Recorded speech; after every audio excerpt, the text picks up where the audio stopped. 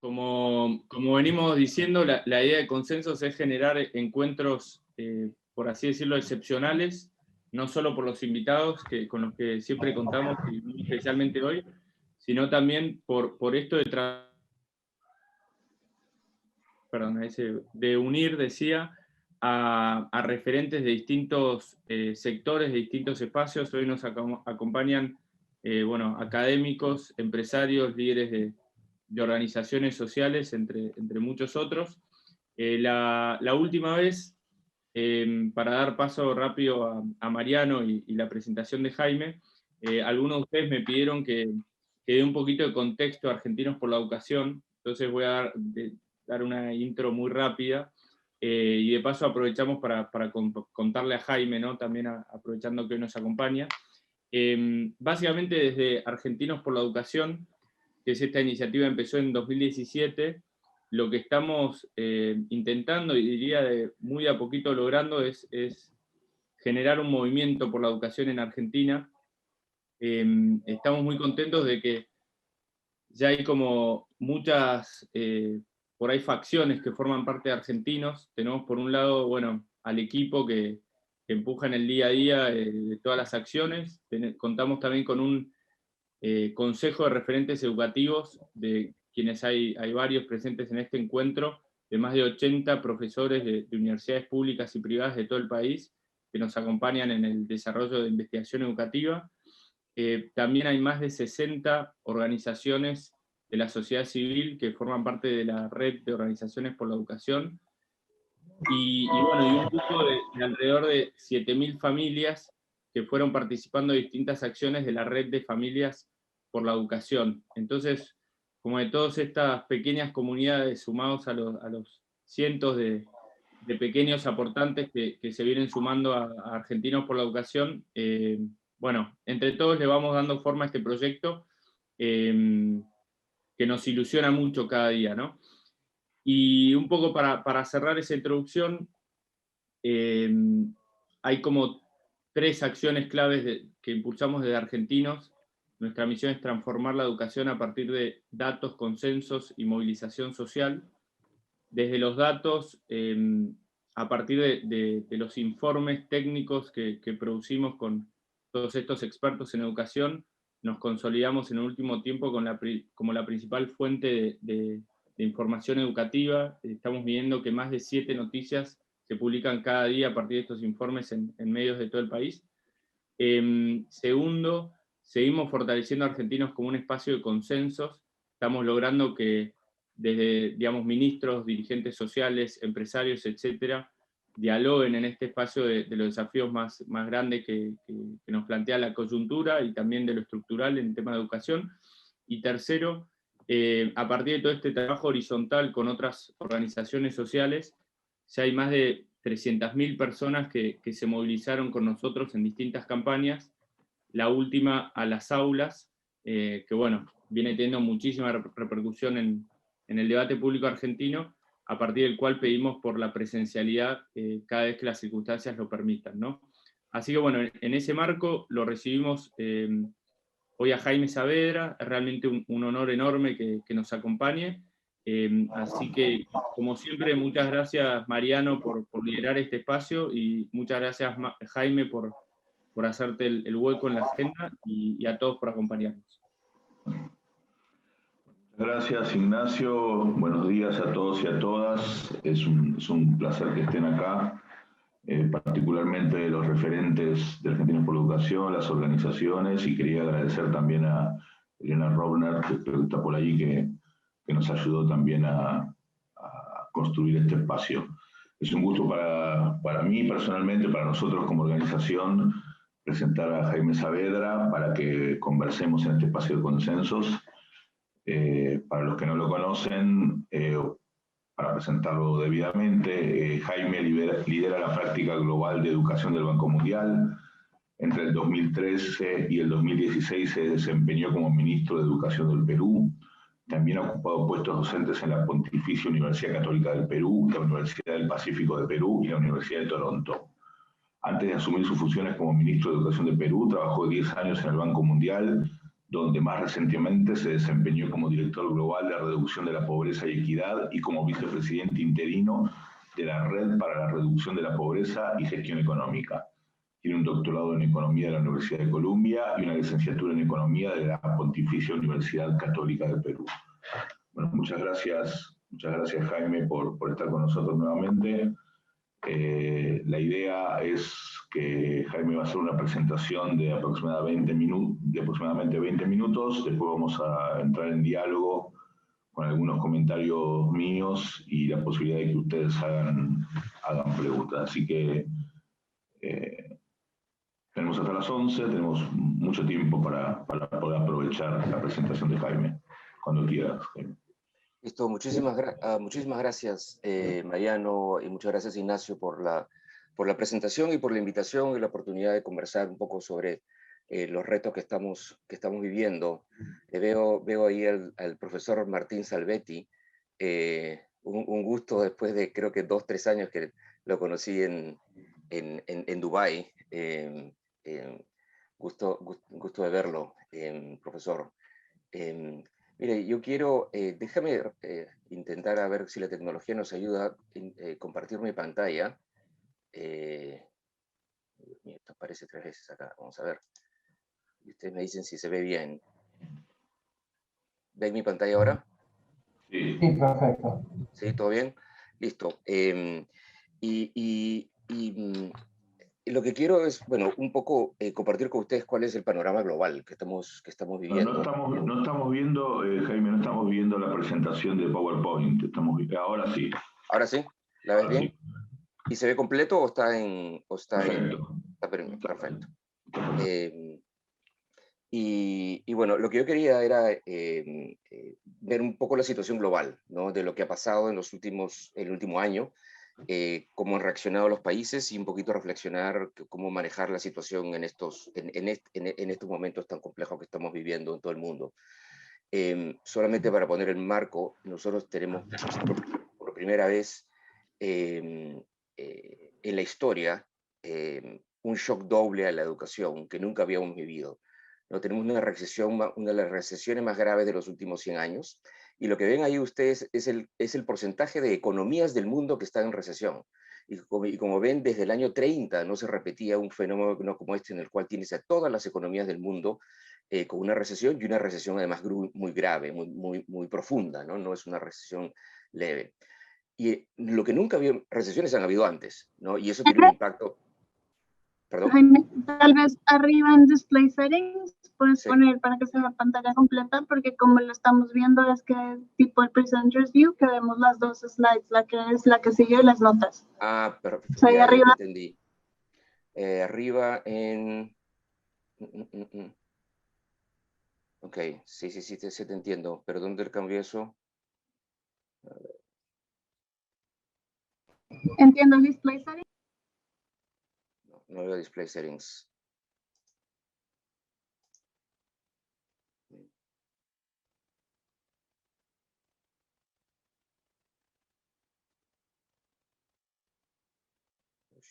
Disculpen por eso. O sea, igual se veía, si quieres puedes seguir, pero estamos viendo las dos. Sí, entiendo. Sí entiendo que estás viendo.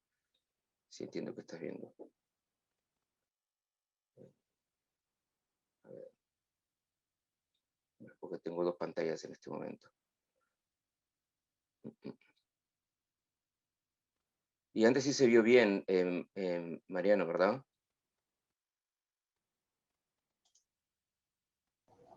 Estás muteado, Mariano. No, Jaime, yo siempre me decía.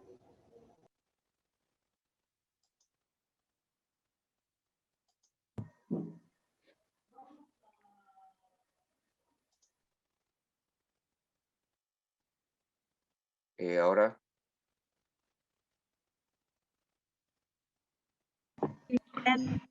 Yo creo que si pones en pantalla completa ahí sí va a funcionar. ¿Ahora está bien? Pero Sí. ponlo en full screen, como share, presenters.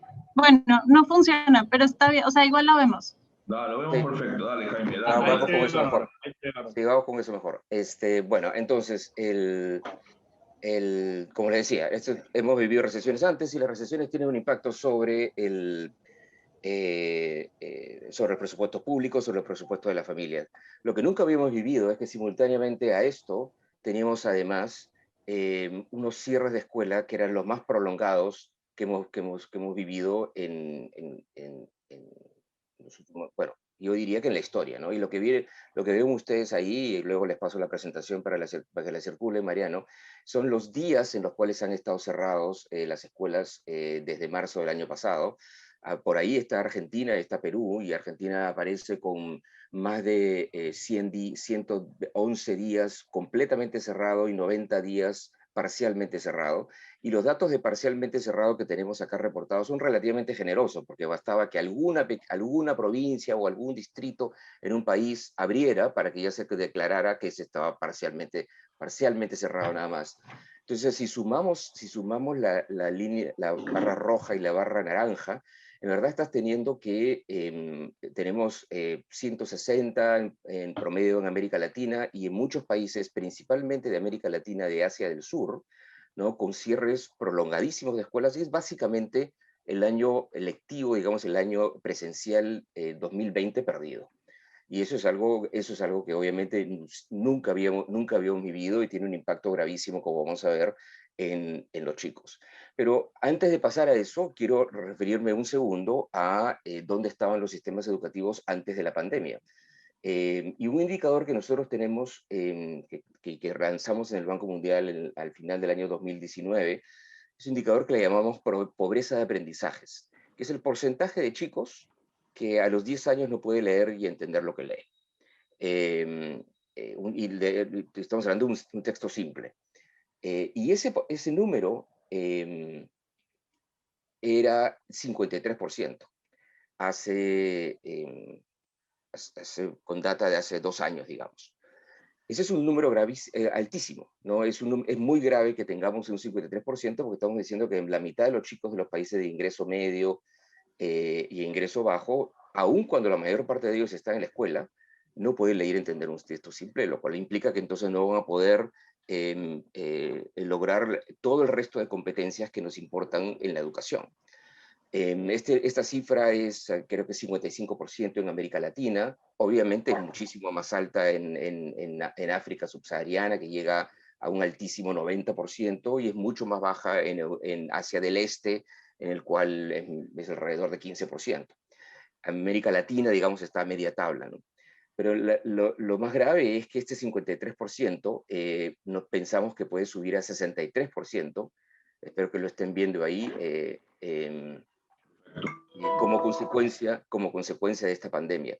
Y esta cifra, nosotros hicimos esta simulación en noviembre del año pasado, ¿no? Y poníamos como un escenario, que esto era un escenario pesimista, ¿no? Asumiendo que cierres prolongados de escuelas. Y bueno, lamentablemente estamos en el escenario pesimista, ¿no? Estamos en un escenario en el cual los cierres de escuelas han sido prolongados, ¿no? Y las capacidades de los sistemas educativos para poder proveer educación a distancia han sido medianas o bajas, que es lo que son los supuestos que está detrás de esta cifra. Entonces, yo diría de que estas pérdidas de aprendizaje, ¿no? Y este incremento en el porcentaje de niños que no podían leer y entender un texto, este incremento en la pobreza de aprendizajes, no es una subestimación, digamos, lamentablemente es algo a lo que podemos llegar. Pero claro, siempre decimos, esto no es una predicción, esto es una simulación. Entonces, esto no necesariamente tiene que pasar, esto depende también de lo que hagamos durante los próximos años y meses, diría yo. Entonces, estamos viviendo la peor crisis educativa del siglo, que tiene impactos grandes. Para empezar, en el abandono escolar. Se calcula que pueden ser unos 10 millones de chicos en educación básica que podrían no regresar a la escuela. Calculando las potenciales pérdidas de aprendizaje y los potenciales menores número de años de escolaridad que los chicos pueden estar acumulando, y sabiendo que existe una tasa de retorno de en promedio 10%, 10% por año de escolaridad, ¿no? Que es lo que más o menos se va incrementando los ingresos laborales en función a cuántos más años de escolaridad tiene uno. Si tenemos menos años de escolaridad, hay una pérdida significativa potencial de ingresos en el futuro de de estos chicos. Y se calcula que ya en este escenario más pesimista que estamos viviendo, que hay una pérdida de aproximadamente 16 trillones de dólares de ingresos futuros de esta cohorte. No estamos hablando de las pérdidas globales por la recesión, sino pérdidas de ingresos de esta cohorte. Y este porcentaje es alrededor del 14% del PBI global, simplemente para tener una idea de la magnitud del número.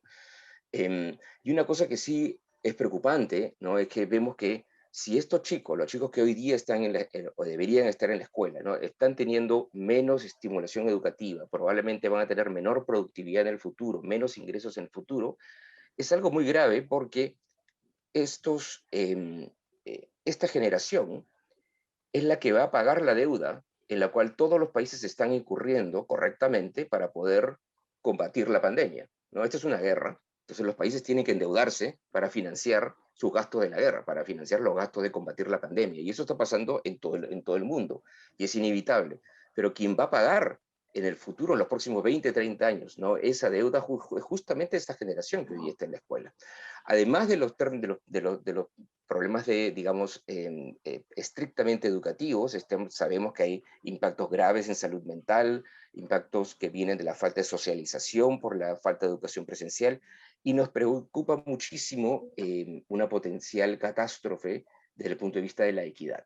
Eso es algo que nos preocupa muchísimo. ¿Y por qué decimos eso? Esta pandemia, digamos que no nos ha agarrado, no ha tomado a los países preparados, ¿no? para poder enfrentarla desde el punto de vista de la educación. Pero todos los países han reaccionado y todos los países han implementado distintas estrategias multimodales de educación a distancia. Ahora, los países, como ven en ese gráfico, se dieron cuenta de que el acceso a Internet obviamente es muy bajo, ¿no? En América Latina es 50% de chicos tendrían acceso a Internet en sus casas. Obviamente ese número es muchísimo más bajo hacia el sur o en África subsahariana. Pero si es que en los países de ingreso medio, ¿no? Las tasas de penetración de Internet son 50%, quizás 60% en algunos países un poco más ricos. Entonces, obviamente no podemos llegar a la educación si los niños están en la casa a través del Internet nada más. Hay una presentación mucho mayor de la radio y la televisión en todos los países, entonces, por lo tanto, es correcto que todos los países hayan dicho, tenemos que implementar estrategias multimodales.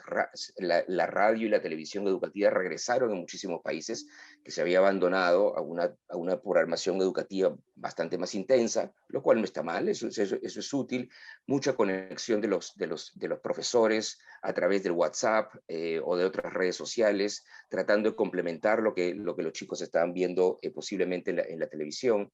Pero como ven, obviamente un acceso a través de la radio y la televisión no es de la misma calidad o intensidad o eficacia de algo que fuera en línea o de lo presencial. Y las diferencias a lo largo entre los países y al interior de los países han sido muy grandes. Como muestra un ejemplo aquí, y aquí les muestro lo que veíamos en África durante el último año 2020. Un 40% ha tenido algún acceso a aprendizaje a distancia utilizando radio, televisión o reparto de materiales educativos impresos. Un 7% en línea, ya sea utilizando un smartphone o un computador, y 50% no ha tenido acceso a nada. 55% no ha tenido acceso a absolutamente nada. Entonces es una situación realmente muy trágica en los países de ingreso bajo. La diferencia es que en muchos países, lo bueno, entre comillas, o menos malo, es que los cierres de escuelas han sido más cortos en muchos de los países de ingreso más bajo en África subsahariana. En América Latina, en cambio, es distinto. Ha sido muy bajo, muy pequeño el porcentaje de chicos que no han tenido acceso a nada. Eso ha sido muy bajo. La mayor parte de chicos han tenido acceso a algo, ¿no? Un 40% a radio y televisión y materiales impresos, y más de la mitad a algún acceso en línea, o utilizando un smartphone, o utilizando, si tenía conectividad en la casa, Entonces, sí había, América Latina está mejor que otras regiones, sí, pero hay muchísima heterogeneidad adentro, ¿no? Ahí lo que ustedes ven en esta gráfica es una situación actual, ¿no? De cómo está la educación presencial. Si ustedes ven, África, por ejemplo, Rusia, algunos países de Europa ya tienen educación presencial. América Latina tiene educación híbrida, algunos países, Argentina entre ellos, un esquema más mixto, en el cual es híbrido en algunas regiones, presencial en otros o cerrado en otras, es una mezcla dependiendo de las provincias. Y es un mapa que está variando muchísimo, ¿no? Es un mapa que sí, esto desde hace probablemente hace 3 semanas, y eso está cambiando mucho, porque lamentablemente nosotros en noviembre estábamos pensando quizás, bueno, en algún momento las escuelas irán abriendo poco a poco, ¿no? Y vamos a poder entrar primero a un esquema híbrido y luego regresaremos a la presencialidad. Lamentablemente en muchos países esto han tenido varias olas y olas que han sido más profundas de las que se tuvieron antes, entonces los sistemas educativos están teniendo que abrir y cerrar o pasar de lo presencial a lo híbrido, o a veces de lo híbrido en el cual están unos días en la clase y unos días en el colegio, otros días en la casa, regresar completamente a la casa. Entonces es realmente, esto nos ha tomado de sorpresa y ha sido bastante menos lineal de lo que nosotros hubiéramos pensado, ¿no? Entonces este es un mapa que está moviéndose día a día. Pero quería solamente enfatizar ese tema de la desigualdad, ¿no? En el sentido que si miramos al interior de un país, yo diría que en un país típico de ingreso medio, típico país de América Latina, solo un 10% de chicos, digamos, han tenido una experiencia relativamente razonable con interacción con sus maestros y sus pares a través, ¿no? A través de clases en un Zoom o en cualquier otra plataforma nacional. Algunos otro 30, 40% ha tenido algún acceso a material en línea y hay otro 50% que ha tenido quizás algún acceso a través de la radio y la televisión, pero hay que ser conscientes, ¿no? Que que sepamos los ratings de los programas de educación en la televisión no asegura que ese chico esté aprendiendo nada porque está mirando un programa de televisión. Entonces sí nos preocupa muchísimo que hay un conjunto de chicos que ha tenido alguna exposición, ha tenido pérdidas obviamente porque no ha tenido el proceso de socialización que la escuela, pero hay algunos que han tenido alguna exposición razonable y hay una cola, digamos, que puede ser el 50% de chicos que no ha tenido casi ninguna exposición a la estimulación adecuada durante ya todo un año. Si eso hubiera pasado durante un mes, eso lo recuperas relativamente fácil. Pero estamos hablando de un año, ¿no? De casi ninguna interacción. Mirando qué podía estar pasando en algunos países de América Latina, esta es una simulación para el caso de Colombia, y encontramos una pérdida de aprendizaje acumulado de casi 50% para el quintil más pobre en Colombia y de 25% para el quintil más rico en Colombia, ¿no? Obviamente esto, mientras más largo el cierre de escuelas, es más larga la pérdida, y bueno, ya estamos en lo más largo, ¿no? O sea, ya estamos en el escenario más complicado, pero justamente por las diferencias en acceso a una estimulación educativa adecuada, hay una diferencia muy grande entre más ricos y más pobres. Obviamente, todos están perdiendo, pero unos pierden más que otros. Y aquí tenemos unas simulaciones que se hicieron para América Latina en términos de cuántos puntos de PISA, cambios simulados en el puntaje promedio de PISA en lectura por la pandemia por quintil. Y si ustedes miran la barra amarilla, ven una pérdida potencial en el quintil más pobre de 40 puntos.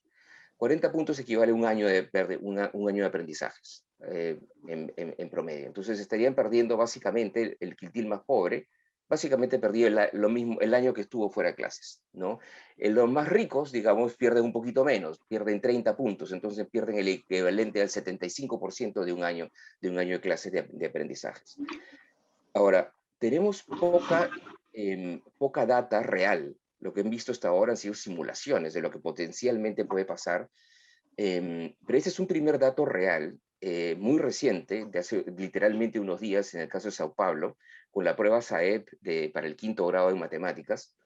Y en el caso de Sao Paulo, han habido mejoras en los aprendizajes paulatinas, ¿no? El puntaje de la prueba era 213 en 2011 y había subido a 243 el 2019, que es la última vez que se hizo la prueba real, y se esperaba que esa mejora paulatina continuara. Se ha hecho, esta es una prueba censal, se hace para todos los chicos. Se ha hecho ahorita, hace algunas semanas, una prueba muestral, es un grupo más pequeño de chicos, pero digamos, se ha hecho todo lo posible para que sea lo más comparable posible con la data que regularmente se recogía. Y el resultado que se tiene para los chicos, una muestra de chicos de Sao Paulo de 196, que es una pérdida muy fuerte, equivalente a regresar a donde estaba Sao Paulo hace 14 años. ¿No? Ahora, yo estoy seguro que no le va a demorar a Sao Paulo 14 años en regresar a donde estaba, pero sí nos muestra una pérdida muy fuerte, este sí con datos reales, ¿no? De que tienes una maquinaria escolar, ¿no? Que obviamente había ido mejorando de calidad y ha tenido un shock fuertísimo el año 2020 y entonces genera un nivel de aprendizaje en sus niños mucho menor. En data real, data dura, solamente tenemos acerca de qué ha pasado con los aprendizajes, tenemos para algunos países de la OECD y tenemos, y no voy a ir en detalle para no gastar mucho tiempo, pero para Holanda, para Inglaterra, para Bélgica, para Suiza, tenemos que hay pérdidas de aprendizajes más o menos similares, equivalentes a la longitud de sus cierres escolares. Pero la diferencia entre estos países y América Latina es que los cierres escolares en la mayor parte de países de Europa han sido medidos en semanas. En América Latina lo estamos midiendo en meses, ¿no? Entonces, la magnitud de la pérdida es mayor. Y la otra cosa interesante es que en todos los casos encontramos que las pérdidas de aprendizaje son mayores para los jóvenes o los niños en colegios y escuelas más vulnerables, ¿no? Hay una diferencia grande, inclusive en países que tienen acceso a Internet básicamente universal, ¿no? Entonces, si esta es la data real que tenemos para países ricos, sí nos tiene que preocupar mucho cuando ya tengamos data real para países de ingreso medio y países de ingreso bajo. Y empiezo a cerrar con dos temas. Uno, la lección de la pandemia y qué es lo que están haciendo algunos países hoy día. Yo creo que una lección importantísima de la pandemia es que es crucial cerrar la brecha digital, y eso es algo que siempre le hemos hablado, pero digamos que vino este shock gigantesco, y obviamente estábamos muy lejos de donde deberíamos estar en términos de asegurar no solamente acceso a un dispositivo y a conectividad, sino acceso a que la tecnología sea parte, digamos, más intensa del proceso educativo, y por lo tanto nuestro sistema educativo no era resiliente, no se podía pasar de una educación presencial a una educación en la casa. No estábamos preparados ni en términos de currículum, ni de capacitación de los maestros y de conocimiento digital de los maestros, ni de integración al currículum, obviamente ni de hardware ni de software. Entonces el cierre de la brecha digital implica un cambio en nuestros ecosistemas de manera completa. La segunda gran lección es que la educación es un fenómeno social, ¿no? Y ya todos los padres se han dado cuenta, ¿no? Que la escuela es un espacio de socialización, que gran parte del aprendizaje, ¿no? Es a través de esa magia de la interacción entre profesor y alumno, y que el rol del maestro, no desde el punto de vista estrictamente de provisión de conocimiento, sino el rol del maestro para guiar, para facilitar, para inspirar, ¿no? Para inspirar y para justamente generar todo ese conjunto de competencias socioemocionales que son cruciales en los chicos, eso es algo irreemplazable, ¿no? Y juntando estos dos temas, esto nos lleva a pensar también que en el futuro, obviamente, si alguna vez alguien pensó que la tecnología podía reemplazar a maestro, eso es absolutamente falso. La tecnología es crucial para potenciar el rol del maestro, y digamos que el arte en los próximos años va a ser lograr ese balance entre la tecnología y el factor humano, ¿no? Yo creo que esa es una lección clara que tenemos que tener de esta pandemia. Y el otro tema es que lo que pasa en la casa es fundamental. Los padres se han dado cuenta que son agentes claves, ¿no? En la educación de sus hijos. Y eso debe ser parte de la política pública, ¿no? En el sentido de asegurar que los padres tengan las capacidades para poder orientar mejor el proceso educativo del niño, y eso es algo inescapable, ¿no? No es que los padres puedan decir, bueno, ya el chico está yendo a la escuela, entonces ya no es mi asunto. el rol del hogar es fundamental. Pero eso implica que también tenemos que preocuparnos de fortalecer, ¿no?, el ambiente del hogar que sea propicio para el aprendizaje. Entonces, lamentablemente, así como todavía en los sistemas escolares tenemos mucha desigualdad en términos de que la calidad de la educación que se imparte en las distintas escuelas es desigual, y tenemos escuelas en las cuales están todas las condiciones para dar una educación buena, y hay muchas escuelas que no tienen las condiciones. Esto se repite en el hogar, ¿no? Y en el hogar tienes hogares en los cuales el niño tiene un espacio para trabajar, tiene una computadora, tiene libros en la casa, tiene padres que los pueden apoyar. Y tienes otros hogares en los cuales no hay libros en la casa, en los cuales no hay un espacio para trabajar, no hay ningún estímulo educativo. Y digamos que lo que nosotros hemos dicho, bueno, la escuela será el gran espacio de igualación, ¿no? Y todavía no lo estamos logrando, pero tiene que ser el gran espacio de igualación. Pero si queremos un sistema educativo resiliente y entendiendo que la educación es un proceso continuo entre la escuela y el hogar, también tenemos que asegurarnos de reducir las desigualdades de esas condiciones en el hogar. Asegurarnos que haya un libro en el hogar, en todo hogar, es algo que tiene que ser parte también de la política pública, ¿no? Asegurarnos que los padres tengan, no solamente los incentivos, sino también tengan las capacidades para poder ayudar a sus hijos, es algo que también tenemos que ser parte de la política pública. Tenemos que trabajar que esas desigualdades se reduzcan en la escuela y se reduzcan en el hogar.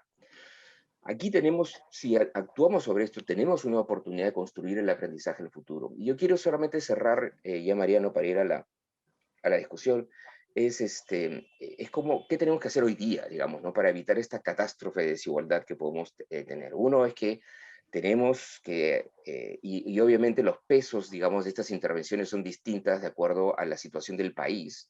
Es que es crucial campañas de información y sensibilización sobre la reapertura de las escuelas y el valor de la educación, para que los chicos regresen lo antes posible y los sistemas abran lo antes posible, ¿no? Yo creo que el que todos seamos conscientes de lo que están perdiendo nuestros chicos es algo vital, ¿no? Y no necesariamente en todos los países se está interiorizando eso, ¿no? De que la pérdida en términos de acumulación de capital humano de nuestros niños es una pérdida muy grande. No, obviamente tenemos que lidiar con la crisis sanitaria, ¿no? Pero hay que ser conscientes que el chico que está en el hogar y no está yendo a la escuela está perdiendo muchísimo. Preocuparnos mucho de las potenciales deserciones escolares de los chicos que ya nunca regresen, y tener campañas de sensibilización para asegurar que todos regresen a la escuela cuando las escuelas estén abiertas. Sistemas de alerta temprana para ver en qué partes del país tenemos que tener campañas más intensivas. Hay que apoyar muchísimo a los chicos que están en rezago. Una cosa que es muy importante es que tenemos que medir cuáles son la magnitud de las pérdidas, ¿no? Y medir rápidamente, no cuando los chicos estén completamente de regreso a la escuela, sino inclusive cuando los chicos todavía están en un sistema híbrido, en el cual días están en la escuela y días están en la casa. Tenemos que tener sistemas que el maestro pueda saber cuánto está perdiendo y que el país además sepa cuál es la magnitud de la pérdida, porque eso es lo que va a orientar las acciones en los próximos meses. Hay que simplificar los planes de estudio, tenemos que ser pragmáticos, ¿no? Se ha perdido un año, no simplemente podemos decir, bueno, regresamos a los mismos currículos que teníamos antes como si no hubiera pasado nada. Tenemos que asegurar los aprendizajes fundamentales de los chicos y incentivar más tiempo, digamos, para el aprendizaje de habilidades socioemocionales. Entonces sí se requieren probablemente simplificaciones curriculares. Tenemos que adaptar los calendarios académicos, no podemos decir, bueno, si seguimos el mismo calendario de antes, hay países que están poniendo 3 años, los están poniendo en 2 años, ¿no? Para poder tratar de balancear currículums con días lectivos, trabajar mucho con programas de tutoría, ¿no? Para compensar más a los chicos que están más rezagados. Y el mensaje central es que no podemos tratar de regresar a la escuela y simplemente retomar donde estábamos en el año 2019. Los chicos han perdido de manera distinta, inclusive dentro de una misma aula, ¿no? Entonces sí tenemos que incentivar mucho y trabajar mucho con el tema de aprendizajes acelerados, pero teniendo en cuenta dónde está cada chico en términos de sus aprendizajes. Es una tarea muy grande, es una tarea muy compleja, pero la urgencia, yo quiero cerrar solamente con una frase que es sentido de urgencia, ¿no? Que las pérdidas son muy grandes potenciales y tenemos que trabajar muy duro y poner todos los recursos financieros, gerenciales, humanos y técnicos para poder compensar este shock inmenso que han vivido nuestros niños. Muchísimas gracias. Muchas gracias, Jaime. Duro el diagnóstico, realista. Muchísimas gracias también por la precisión en los datos y abrir un panorama global. A veces uno está demasiado metido en la discusión argentina o latinoamericana, y la verdad que viene muy bien que puedas abrirnos un panorama distinto. Yo tengo dos preguntas. En todo caso, después, si quieren hacer preguntas, sobre todo los referentes de Argentinos por la Educación o el que quiera, se pueden anotar en el chat. Mi primera pregunta tiene que ver con qué hizo la política con esto, qué hizo la política educativa, qué hicieron los gobiernos con esto. Si se hizo lo mejor posible, si se desaprovecharon oportunidades. Si querés ponerlo por la positiva, Jaime, para no comprometerte, ¿hay algún caso que vos, aunque sea del país desarrollado o de una región desarrollada, si fuese de un país o una región de menor desarrollo mejor, alguien que haya hecho algo mejor, o que podamos aprender respecto de eso? Mira, la gran diferencia que yo veo entre distintos tipos de países, es el sentido de urgencia. Hablando en julio, ¿no?, con funcionarios del del Ministerio de Educación de Dinamarca, ¿ya?, donde el acceso a Internet es 100% y todos los profesores estaban mejor preparados para la educación digital, y donde los chicos tienen mejores condiciones en el hogar, me decía, esto es gravísimo, es urgentísimo que abramos lo antes posible a la educación presencial, porque los que pierden son los más pobres, y los que pierden son las minorías, y los que pierden son los refugiados, y los que pierden son los chicos de mejores recursos. Es muy urgente que abramos. Y estamos hablando de Dinamarca, ¿no? Entonces había una lógica de, ok, hay un lockdown, la economía tiene que cerrar por la pandemia, lo primero que tiene que abrir son las escuelas. Lo último que cierra son las escuelas, lo primero que abra cuando hayan las condiciones son las escuelas.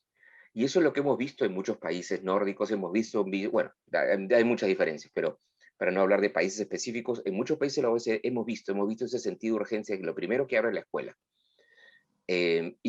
Además, en esos momentos, yo diría el año 2000, mediados de 2020, con intuiciones nada más, acerca si esa apertura de escuelas tenía o no un mayor impacto que la apertura de un restaurante, en luego generar mayores tasas de infección, ¿no? Había, digamos, era como, de alguna manera, un poco era tomar un cierto riesgo, ¿no? Y ahora, ya habiendo pasado más de un año, ya tenemos estudios, ¿no?, en Estados Unidos, en Bélgica, en Alemania, en España, ¿no?, que muestran que las aperturas de las escuelas, que se hicieron de manera acelerada, no tuvieron ningún impacto per se, ¿no?, sobre el aumento posterior que ha habido en tasas de infecciones en estos países, porque muchos de estos países han tenido una segunda ola, o en algunos casos una tercera ola. Sí hay ya ahora evaluaciones que muestran de que en la apertura de escuela no tuvo ningún impacto, ¿no? Entonces es correcta la decisión que tomaron. En ese momento se tomó sin tener data empírica, análisis empírico de que efectivamente era cierto. Ahora sí ya lo sabemos. Ahora sí ya sabemos de que el abrir la escuela no tiene un impacto sobre la tasa de infección de los maestros. O sea, si los maestros caen enfermos, es de la misma manera que otros adultos iban a caer enfermos. No, pero no por la apertura de escuelas. Eso es es la data que ya tenemos, ya dura en términos de evidencia.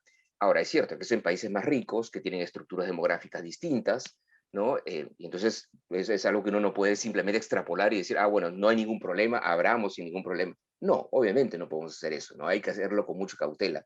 Pero donde yo veo esa diferencia es en ese sentido de urgencia y en esa lógica. Si algo abre, lo primero que abre es la escuela.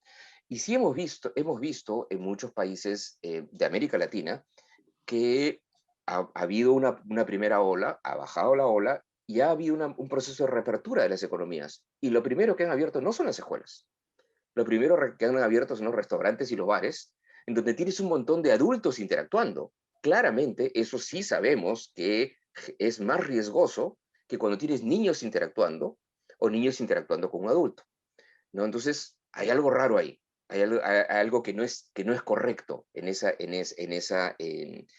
lógica. Ahora, también hay que tener en cuenta, los países que han abierto, no es que han abierto sin ninguna, digamos, como si no hubiera pasado nada. Han abierto, en muchos casos, solamente 2 días, o solamente reduciendo el número de chicos a la mitad, entonces solamente están la mitad del tiempo, unos chicos en la mañana, otros chicos en la tarde, o en burbujas, un grupo de 20 niños solamente ve a un adulto y no ve a nadie más en la escuela, ¿no? Y los adultos en la escuela no interactúan entre ellos, o sea, no hay reunión de profesores, la reunión de profesores es virtual. Entonces, obviamente, no es que lo estén haciendo de una manera irresponsable, se está haciendo con muchísimo cuidado. Pero yo creo que ahí es donde estamos fallando en algunos países, ¿no? Que es ese sentido de urgencia, es decir, bueno, entremos como sea a algún tipo de presencialidad. Porque yo creo que hay una diferencia muy grande entre 2 días o 2 mañanas que el niño vaya y la nada, y ninguna interacción. Porque solamente que hayan esos 2 días ya genera un conocimiento del chico, de ese humano que es su profesor con el cual está interactuando a través de WhatsApp, o de esos otros chicos. Y ya si se logra alguna interacción por línea o a través de redes sociales, es muy distinta cuando es alguien al cual yo sé que lo voy a ver la próxima semana, aunque sea que lo vaya a ver por 2 mañanas. Entonces, el valor de ese sentido de urgencia y de lograr algún tipo de presencialidad es muy importante. Y como te digo, sí hay muchos de los países de la OSCE y en Asia del Este trataron de abrir, han tenido en algunos casos que volver a cerrar y luego volver a abrir, ¿no? Ha sido complicado. Uruguay yo creo que la pudo manejar mejor y abrió lo antes posible que pudo durante la mitad del año pasado. Luego ahora la situación se ha complicado, ¿no? Entonces nada es lineal, ¿no? Nada es lineal, pero sí hay algunos países en donde yo veo que ha habido un sentido de urgencia mayor que en otros. Ahí Alejandro Artopoulos, de la Universidad de San Andrés, tiene una pregunta. Sí, yo quería preguntarte por lo que recién mencionaste de los países de la OECD, si observaste que hubo en esos países como una nueva ola de programas de inclusión digital, como que descubrieron la brecha digital en familias pobres o en familias migrantes. Eh, Sí. Porque digo, para la traducción de lo que sucede en OCDE para el resto del mundo, digo, la urgencia por volver a la escuela lo hacen después de haberse preocupado por la brecha digital, ¿no? Mira, dos partes, una respuesta en 2 partes a tu pregunta. Una es que no todos los países de la OECD son iguales. En Estados Unidos, por ejemplo, esto evidenció una brecha digital gigantesca, ¿no? Esto evidenció que había muchísimos chicos que no estaban conectados, ¿no? Ahora, sí hubo en algunos estados, al menos en los Estados Unidos, una capacidad de reacción más rápida, y sí había unos estados en los cuales se les repartió tablets o laptops a los chicos de manera masiva, ¿no? Y relativamente rápido, pero sí fue una sorpresa ver de que habían muchos chicos en muchos estados de los Estados Unidos que simplemente no estaban conectados, ¿no? Eso sí una sorpresa, claro, no era el nivel de América Latina, pero a un porcentaje muy grande, ¿no? De 20-30% de chicos que no estaban conectados y no podían, o si tenían una computadora, bueno, había una computadora en la casa, y si habían 3 personas o 4 personas en la casa, entonces no podían usarla permanentemente, o si tenían conexión a Internet, no era una conexión a Internet que les permitía hacer un Zoom sin ningún problema. Entonces, esos países han invertido rápidamente, no solamente en dispositivos, sino en acceso gratis con tasa cero, ¿no? Con zero rate, a sitios educativos. Entonces, sí es cierto que se reveló una brecha digital, ¿no? Tanto en términos de capacidades de los sistemas escolares como como en los hogares, en los cuales se trató de cerrar, y digamos, yo creo que sí ha habido un cierre un poquito rápido, ¿no? Entendible y útil. Pero el otro tema importante es y eso es una lección que yo creo que es positiva, es que ha habido muchísima innovación Y justamente estábamos revisando un análisis que se está haciendo del conjunto de innovaciones que se ha dado en muchos casos a niveles distritales o niveles de escuela, ¿no? De cómo, ¿no? de pedagogías en línea, ¿no? De pedagogías utilizando smartphones en los cuales los profesores han sido súper creativos. Mi duda, no mi duda, sino el reto que todavía tenemos es que cuando nosotros decimos, mira todas estas innovaciones y todas estas cosas súper positivas que han hecho los maestros, es que conversábamos, decir, pero ¿esto ha llegado a todos los chicos?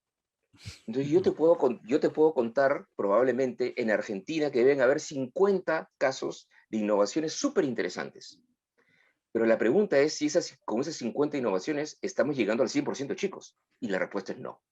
Ese es el problema. Entonces, yo creo que sí, esta pandemia ha obligado que mucha creatividad que estaba, digamos, que estaba reprimida, se ha soltado, ¿no? Hemos hecho muchas cosas que pensábamos que no podíamos hacer.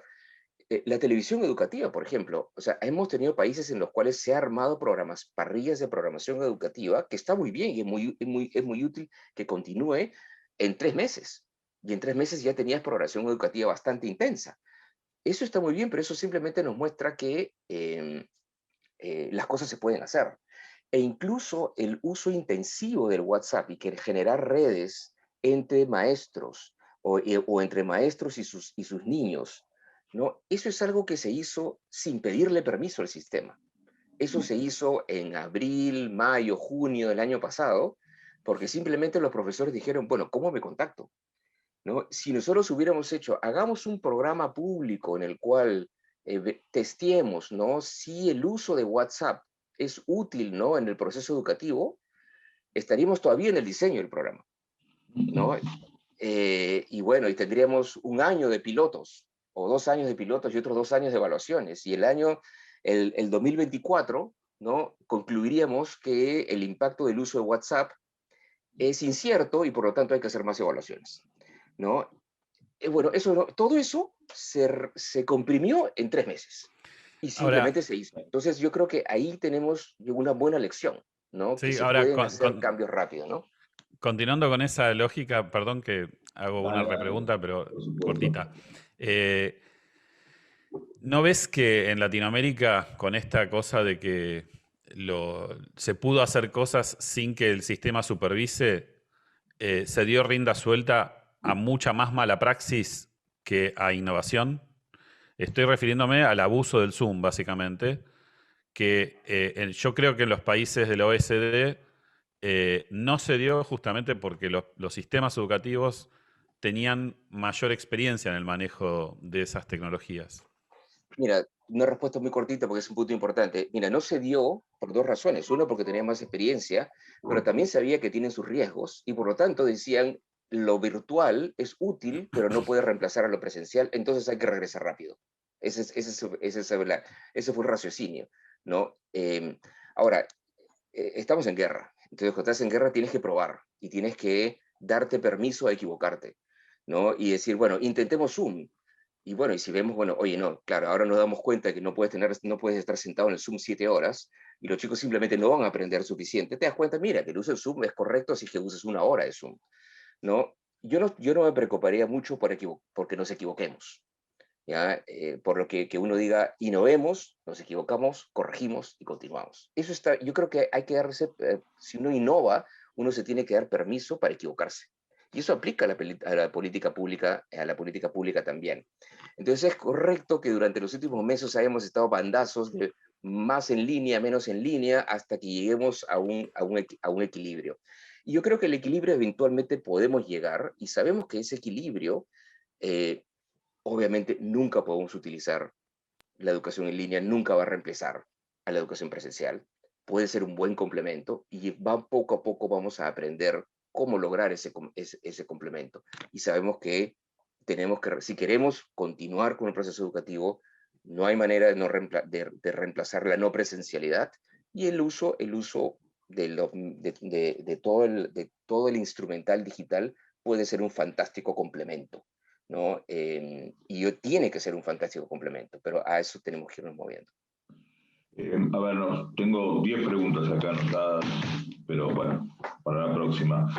Hay una pregunta de Carlos Torrendé, de la Universidad Católica, y de Guillermo Jaime Echeverri, presidente de la Academia Nacional de Educación, que como dice Elena, son bastante parecidas. Me gustaría que cada uno de ellos la formule y vos puedas hacer un cierre contestando esa pregunta, si te parece, Jaime. Sí, claro. Carlos, y después Guillermo. La leo para no hablar de más. Jaime, según mi visión, los ministerios educativos de América Latina en muchos casos siguen comportándose, ojalá, con lógicas organizacionales del siglo XIX y XX. ¿Por qué ministerios y burocracias con estructuras fuertemente dirigidas a lo formal y no a los aprendizajes efectivos de todos lograrían gestionar esta innovación en términos de gobernanza? Con esto no quiero ser injusto porque sé que muchos funcionarios en el diálogo cotidiano esto lo ven, pero luego opera la inercia cortoplacista y formal del sistema. Me gustaría conocer tu visión desde tu experiencia adentro y afuera de un ministerio. Lo leo porque está en el chat. Guillermo. Sí, buenos días, muchas gracias, un gusto conocerlo. Yo que mi preocupación es la siguiente. Es evidente que los padres se han comprometido con este tema como nunca antes, es decir, se han ocupado de la educación como pocas veces antes. Yo quisiera saber si usted considera que esa preocupación quedará limitada a la mera asistencia de los chicos a la escuela o se manifestará en un interés por la calidad de los aprendizajes que hoy no existe. Hoy están preocupados por la asistencia de los chicos a la escuela. ¿Esto los comprometerá más? ¿Piensa usted en controlar la calidad de los aprendizajes que los chicos reciben?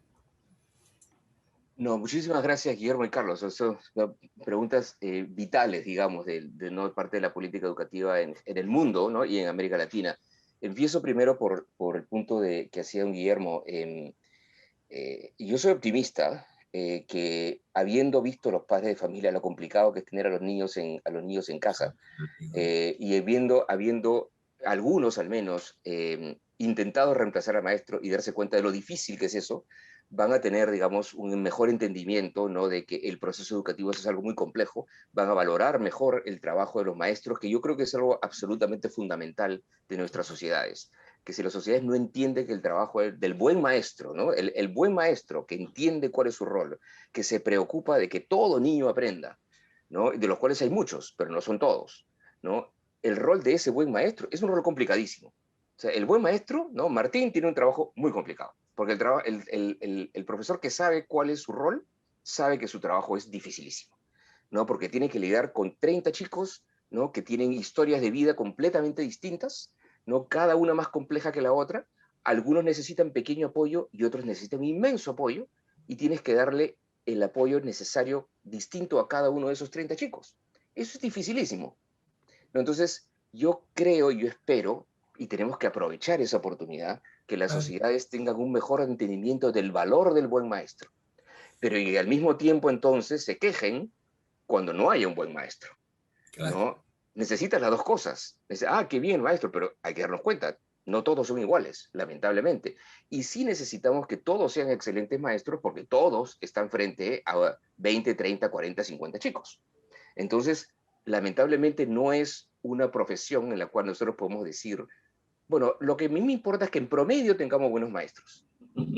Lamentablemente no se puede. En otras cosas, de repente, en promedio está ok. Aquí no puede ser en promedio, porque ¿qué pasa si mi hijo o mi hija está con el profesor que está debajo del promedio?